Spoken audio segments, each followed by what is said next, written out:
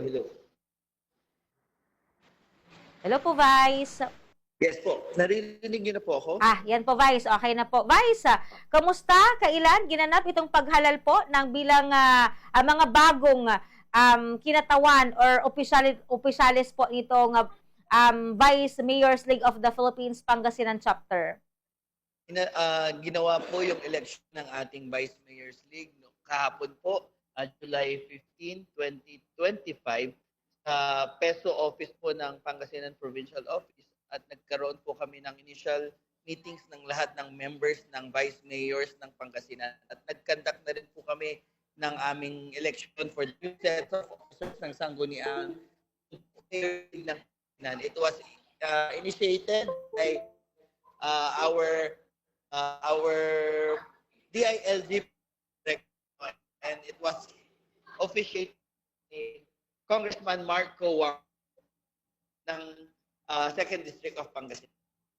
Dito, Vice, sa mga pag-uusap po ninyo, meron na po ba kayong mga maagang natalakay na gagawin pong hakbangin po ng Vice Mayor, Mayor's League of the Philippines Pangasinan Chapter? Well, wala pa naman po kaming natalakay. Ang ginawa lang po namin for our initial meetings is nagkaroon lang po kami ng new Vice Mayor's League.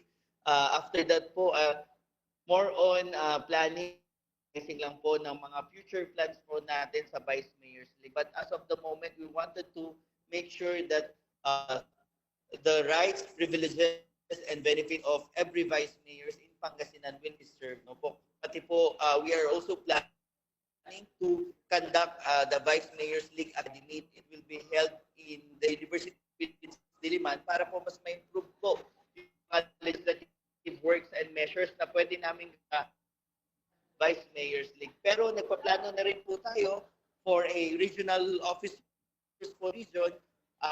Initially po, province ang mga susuportahan natin sa regional offices po ng Vice Mayor's League. Sir, Vice... Yes po. Vice, ano ba yung layunin ng VMLP? Yung pinaka-goal po o kaya naman ay ginagawang trabaho po ng natura pong grupo o ahensya ho? Well, ang pinaka-goal ng Vice Mayor's League in the first place is to organize a group ng samahan ng mga Vice Mayors sa lalawigan ng Pangasinan nang may kanyang concern ng bawat bayan, especially ng legislative body, so that we could also help each other in formulating, crafting, or in organizing the legislative measures in the Sangguniang Bayan as the head of the Sangguniang Bayan. No? Other than that, we wanted also to be recognized as an organization in Pangasinan na samahan ng mga vice-alcalde ng bawat bayan ng Pangasinan to show our voice and manifest that there is an existing strong group of vice mayors in Pangasinan against leadership, good governance, transparency, and accountability. Vice, gaano nga po ba kahalaga yung gagawing gampanin ng VMLP, especially sa pagpapatupad nitong mga magagandang mga bagay na ipinatutupad sa bawat mga bayan at syudad dito po sa ating probinsya?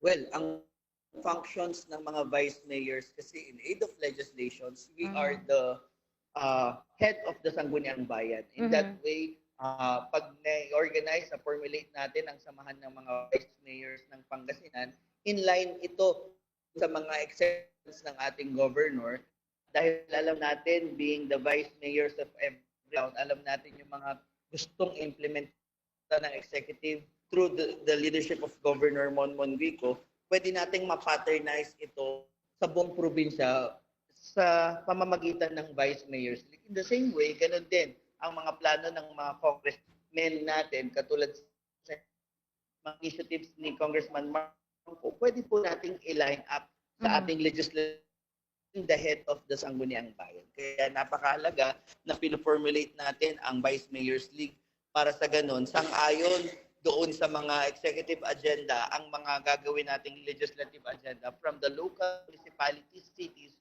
going up sa ating provincial level. Ayan, Vice, kayo po dyan po sa bayan po ng Lingayen, meron na po ba kayong mga na napag-uusapan ng mga programa like mga idadagdag o may mga babaguhin po kayo? Na mga ipinapatupad po na ordinansa po dyan or gagawin, akit po mga ordinansa sa inyo pong nasasakupan, sir, bilang Vice Mayor po ng Lingayen? Well, we will always advocacy as the newly elected vice mayor of our.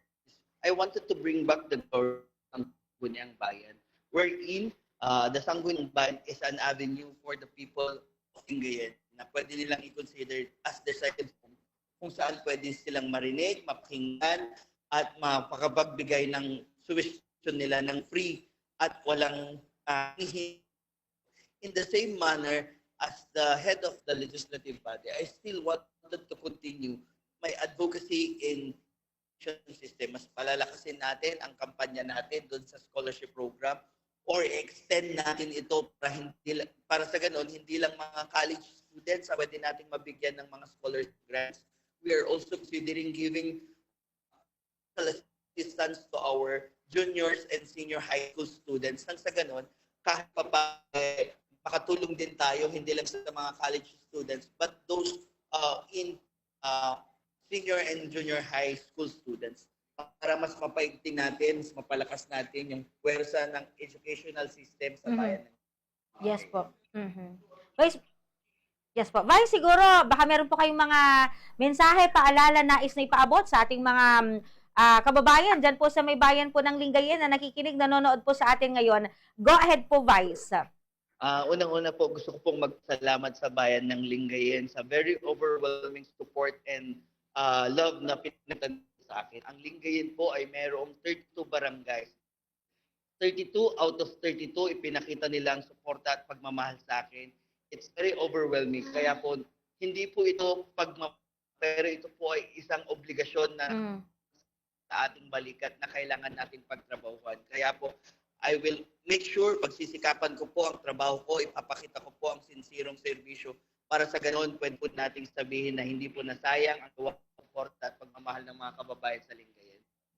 Kung ano po yung ginawa kong trabaho, advocating good governance, I will always make sure that the Sangguniang Lingayen, in my leadership, lagi pong matino, mahusay at may pusong paglilingkod. Maraming salamat po. Thank you rin, Bombo, Justin, for always inviting me as an avenue for us natin, may parating natin sa mga kababayan yung business na pwede nating i-offer sa kanila. Ayan. Vice Mayor J.M. Crisostomo, maraming salamat.